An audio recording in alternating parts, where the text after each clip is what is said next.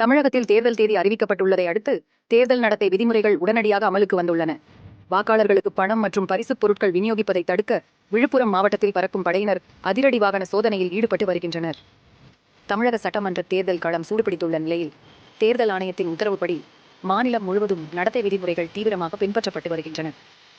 குறிப்பாக அரசியல் கட்சியினர் வாக்காளர்களுக்கு பணமோ அல்லது பரிசுப் பொருட்களோ கொண்டு செல்வதை தடுக்க மாவட்ட நிர்வாகம் சார்பில் பல்வேறு அதிரடி நடவடிக்கைகள் எடுக்கப்பட்டுள்ளன. விழுப்புரம் மாவட்டத்தில் உள்ள 7 சட்டமன்ற தொகுதிகளுக்கும் ஒரு தொகுதிக்கு 3 குழுக்கள் வீதம் 21 பறக்கும் படைக்குழுக்களும் சயின்ஸ் பவர் 21 நிலையான கண்காணிப்பு குழுக்களும் நியமிக்கப்பட்டுள்ளன. ஒவ்வொரு குழுவிலும் ஒரு அரசு அலுவலர் மற்றும் 4 காவலர்கள் என மொத்தம் 5 பேர் அடங்கிய குழுவினர் சுழற்சி முறையில் 24 மணி நேரமும் பணியில் ஈடுபட்டு வருகின்றனர். இந்நிலையில் விழுப்புரம் அருகே சென்னை திருச்சி தேசிய நெடுஞ்சாலையில் தேர்தல் பறக்கும் படை அலுவலர் மணிவாசகம் தலைமையில் அதிகாரிகள் தீவிர சோதனையில் ஈடுபட்டுள்ளனர். அங்கு வரும் இருசக்கர வாகனங்கள், கார்கள், ஆம்னி பேருந்துகள் மற்றும் சரக்கு வாகனங்கள் என அனைத்தையும் ஒவ்வொன்றாக நிறுத்தி அதிகாரிகள் சோதனையிட்டு வருகின்றனர்.